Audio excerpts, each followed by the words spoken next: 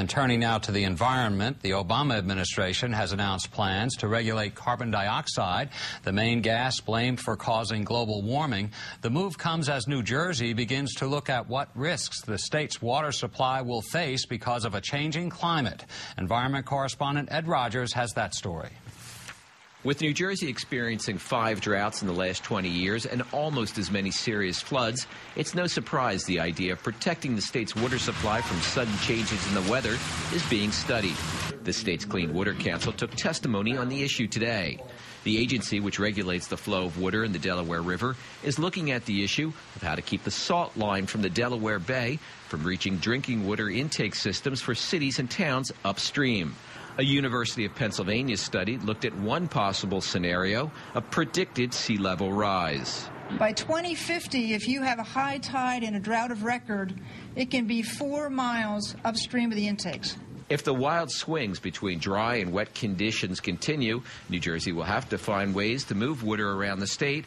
Another alternative, state watering limits for all users. If you have a higher temperature, you're going to have a lower growing season, more evaporation, less runoff, more demand for lawn irrigation.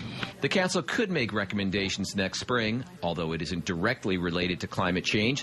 One issue that is emerging, the impact from the possible drilling for natural gas in the headwaters of the Delaware River in New York State.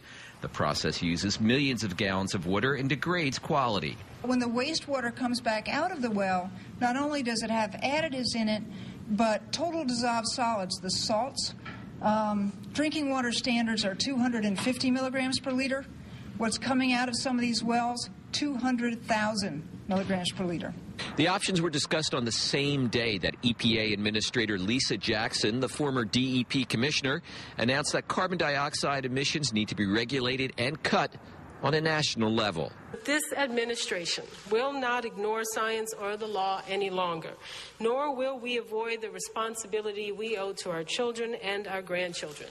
Today, I'm proud to announce that EPA has finalized its endangerment finding on greenhouse gas pollution and is now authorized and obligated to make reasonable efforts to reduce greenhouse pollutants under the Clean Air Act. Jackson says the EPA could move ahead with adopting final regulations next year if Congress fails to release a climate bill. Ed Rogers, NJN News, Trenton.